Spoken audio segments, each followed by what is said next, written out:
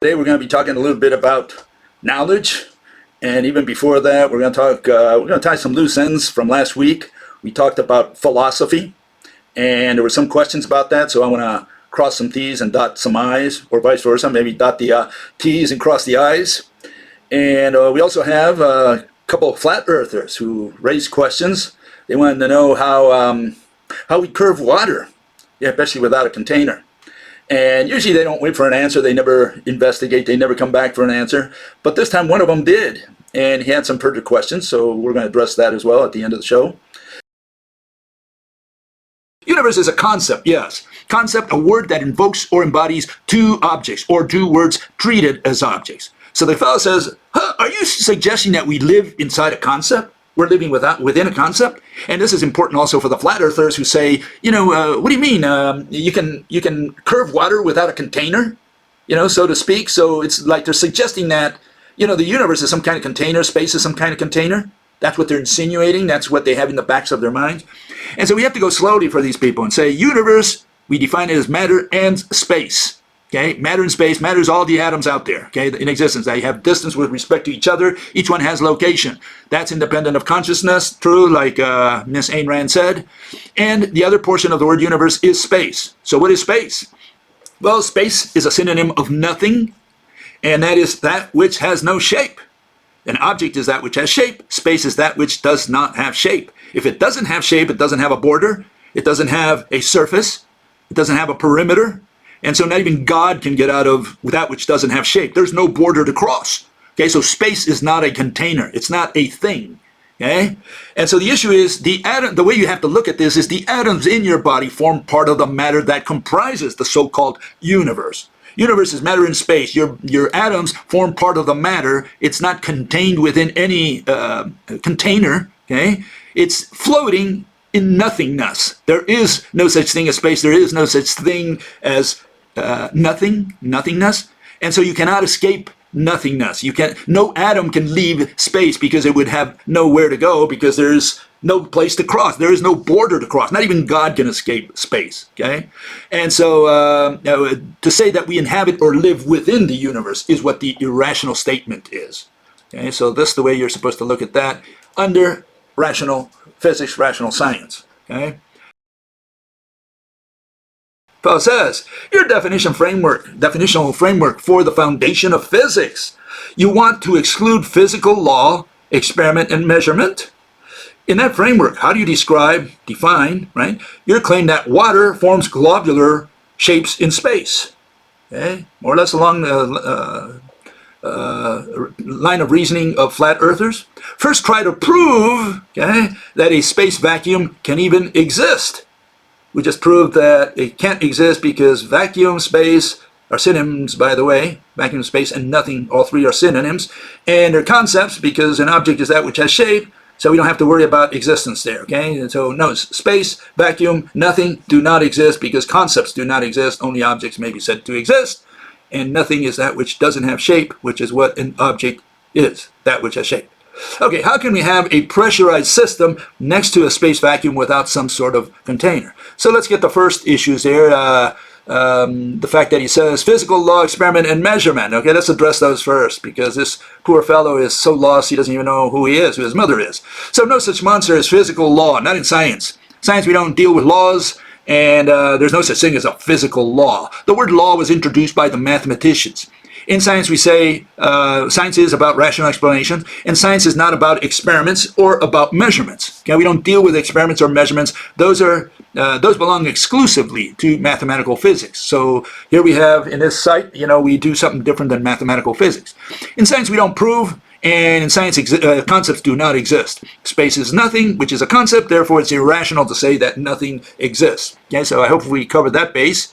What do we propose instead? Well, we propose something different to answer his last issue there. How can we have a pressurized system next to a space vacuum without some sort of a container? This is the issue that has the flat earthers up at nights. Okay, they can't sleep because of this.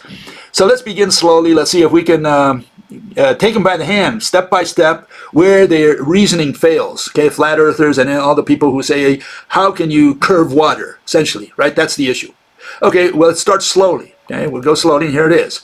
Mathematical physics proposes discrete particles. There's no relation between any particles. There's space to say that exists between particles. In other words, particles are not touching each other. They're all separated. Okay, this is what mathematical physics has. This is what we have had for the last 3,000 years. That's why they cannot explain gravity, they cannot explain magnetism, they cannot explain light or the workings of the atom, because they work with discrete particles. Anyone working with particles should be kicked out of science, because if in 3,000 years you haven't figured out that you cannot do physics, the invisible stuff, intangible stuff that Mother Nature does every day, like gravity and magnetism, if you haven't realized in 3,000 years that you can't do it with discrete particles, then you got a mental problem. Okay, so this is the way we look at it. What do we propose instead? We propose that all atoms in the universe are physically interconnected. Physically interconnected. Something is connecting every atom in the universe. I hope you see the difference. Right now I'm just telling you what we propose here so that you can understand the answer to the question that was asked, okay? Which is, how do you curve water? That's what we're getting to, okay? So first we have to separate mathematical physics, discrete particles, from the rope model, which is all atoms are physically interconnected. Okay, that's where we start. We don't ask that you believe, we ask that you take this as an assumption. We're going to make this assumption, okay? Hopefully we've got this under our skin now, okay? Okay, so let's remove this. Give me a second here. Okay, so we're saying that all atoms are physically interconnected. We got that so far? I hope I didn't lose any person out there. This is kindergarten stuff, okay? Okay, so what do we propose? We propose that, why does the Earth go around the sun? Again, we're proposing this here. It doesn't mean you have to believe us, okay? We're saying, what are we proposing? We're saying, why does the Earth go around the sun? Well, you just saw that all atoms are physically interconnected. That means that every atom of the Earth, including every atom of you, is connected to every atom of the sun, which is connected to every atom of the moon. Every atom in your body is connected to every atom of my body right through the Earth. That's the proposal. That's the assumption. Okay? Understand the assumption. We're not asking you to believe. We're asking you to make believe, right, that it is true, that that's what's out there, that all atoms are physically interconnected. Okay, that's where we start. So how do we explain the orbit of the Earth around the sun according to this model? Okay, let's get all this right. We're saying that if every atom is interconnected, the sun twirls the Earth around itself, and the Earth twirls the moon around itself. Okay, and here you see the Earth orbit, okay, because every atom of the Earth is bound to every atom of the sun. What is space? Nothing. There's no friction with nothing, because nothing is that which has no shape. There is no thing called space, so there is no friction, and therefore the Earth can roll around forever because the sun is twirling it by the electromagnetic ropes, which is what we're saying interconnects any two atoms. So all atoms of the Earth are connected to every single atom of the sun. The sun twirls the Earth around through these mediators that we cannot see or touch, okay? And that's why the Earth rolls around the sun and doesn't lose speed, because it doesn't have any friction with space. The Earth does the same thing to the moon. Okay, so every atom of the moon is bound to every atom of the Earth, including you. So every atom of your body is bound to every atom of the moon. That's why you can see the moon, because light propagates along that mediator all the way to your eye. Otherwise, you would not see the moon. The reason you see the moon, you see it through the electromagnetic ropes that interconnect every atom of the moon to every atom in your eye. Okay? We got it so far? Do you believe in it? We don't care. We don't care if you believe. We're asking you to make believe. You have to concede the assumption to understand the theory founded upon that assumption. Okay? Do we have that straight? Okay, so we're going to make an assumption that all atoms in the universe are physically interconnected. We're saying that every atom of the Earth is bound to every atom of the sun. The sun twirls the Earth around more or less like I'm going to twirl this ball. There is a physical connection. I only have one here. Okay, I can't make the gazillions of atoms that are bound from the ball to my finger, but this is what happens. This is how the sun twirls the Earth around. And we do the same thing to the moon. That's the mechanism we're proposing. We're saying that the reason people missed this throughout all these years is that they thought an object, that a thing, an entity, was that which you can see or touch.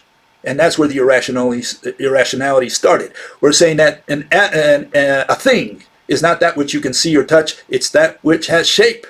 And not all objects we can see or touch, among them the air. Hopefully the air is something, and we cannot see the air. We can touch it, but we can't see it. And there are other things that we cannot even see or touch. Okay, but anyways, so now we get to this issue. So far, I hope you understood that much. Okay, now we get to the issue of water curving around the earth.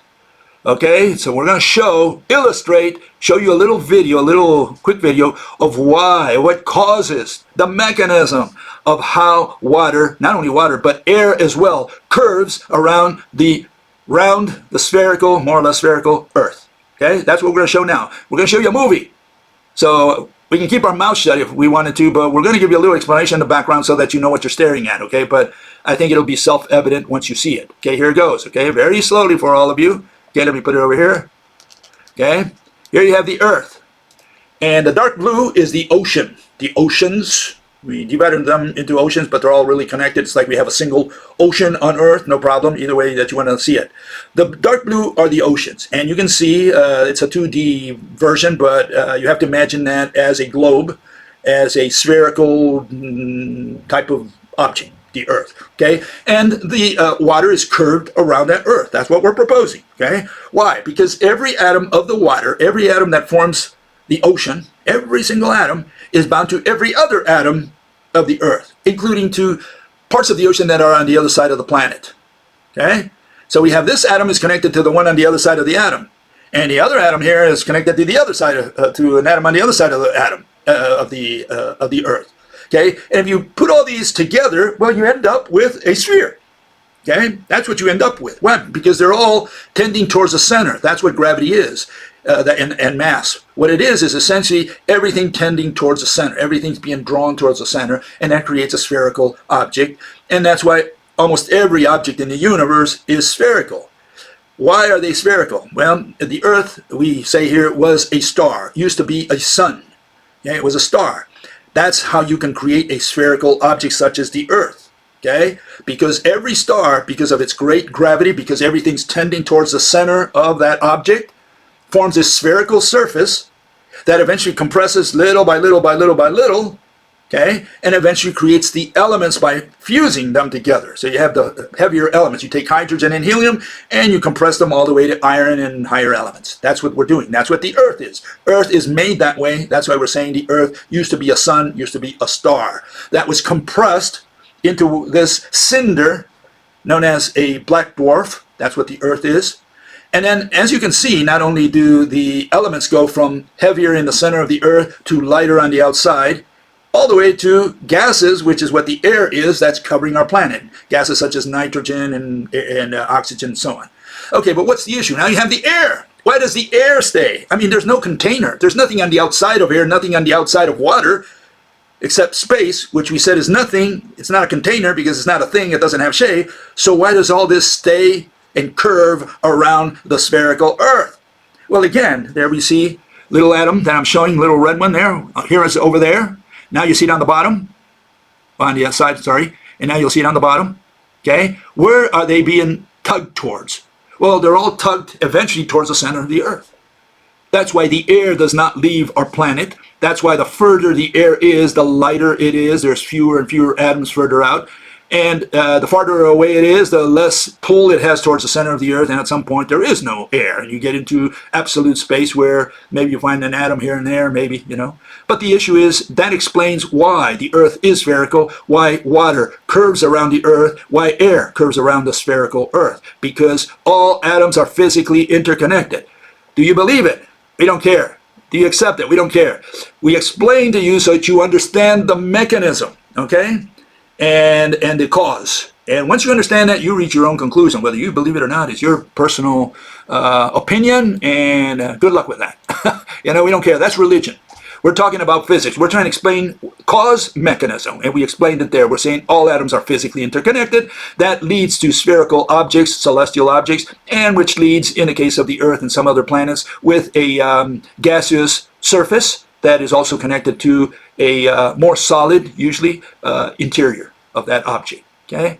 But here, let me show you another one, because you say, okay, that's gravity.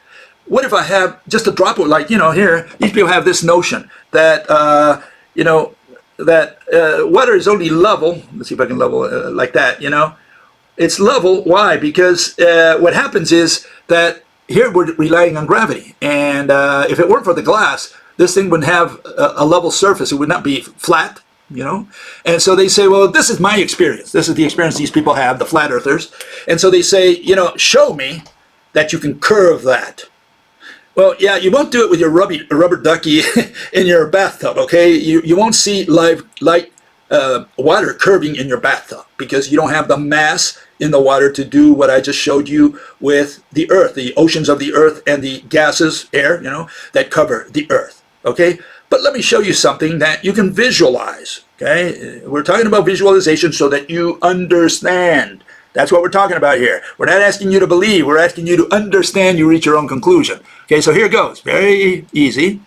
We have an astronaut, and he releases water into space. Okay, maybe a bucket of water, so he just throws the water out there without the baby. Okay, so he throws water out there. He throws a blob of water. It is in no container whatsoever. Okay, all we have is a blob of water. There's no container because space is not a container. Space is nothing. That which has no shape, so it doesn't qualify as a container. He's going to release a bundle of water, okay? And here it is, okay? And does that thing have shape? Does that water have shape? That drop of water. It could be a drop of water, it could be a bucket of water. It's water or some kind of liquid. We don't care. The point here is, does that thing have shape? And you say, well, I don't know. Okay, so let's stop it. Okay, there it is. Okay? What you're staring at, we took a snapshot of that. Does that have shape? Does it have a container? And yeah, it has shape, but it has no container, and it's a liquid, some kind of liquid, okay? And so the issue here is, yes, you can have shape of water without a container. You do not need a container to curve water. And you can see the water is kind of curved there, isn't it? Okay, and we did it without putting it in a container.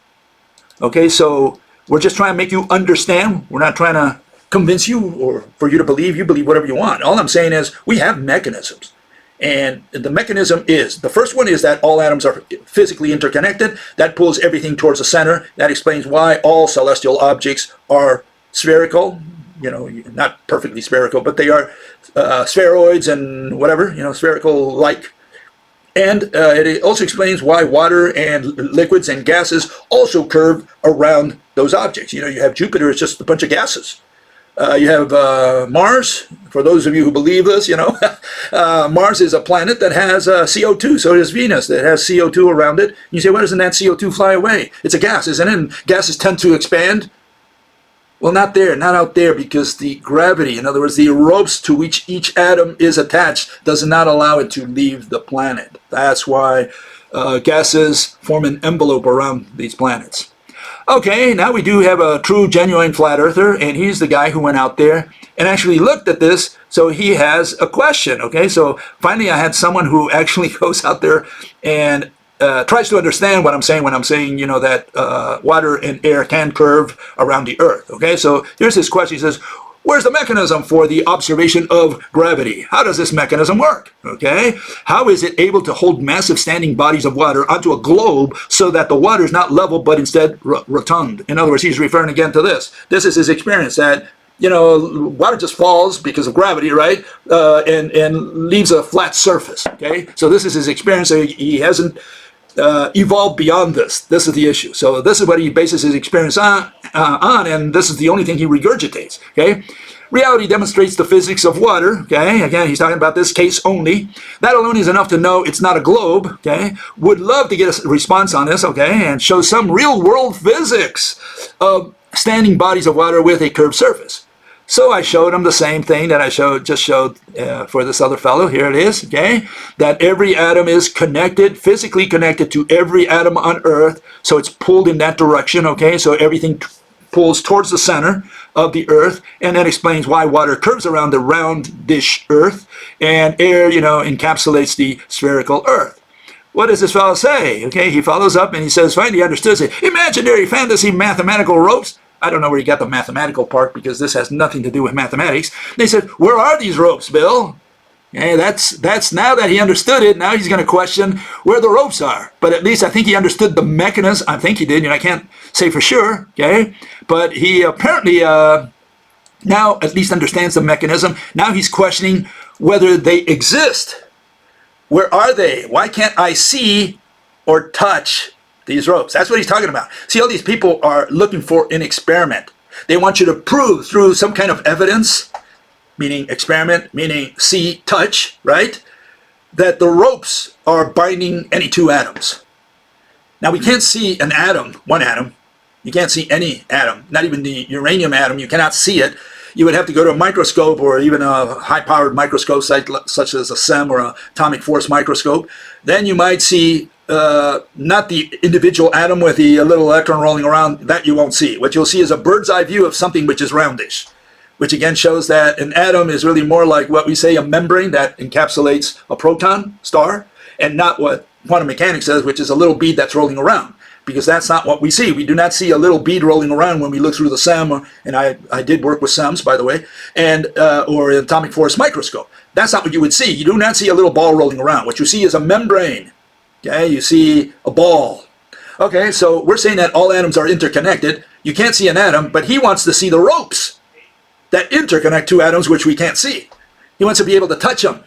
And so he says, where are these ropes? And again, these people are looking for proof. We're not here for proof. First of all, you cannot prove anything that's invisible, intangible.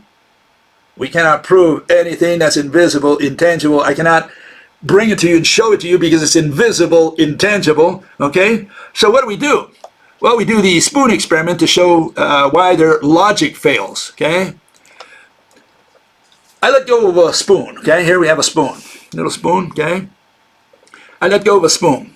And we all know, we don't believe, we know, right, that it's going to fall downwards to the floor. Okay, we do this experiment every day. Real world physics. Real world physics. You let go of the spoon, it falls to the floor. Okay, we know this. We have the experience with it. Now here's the million-dollar question. Please listen carefully. Can you see or touch anything above or below the spoon other than the air?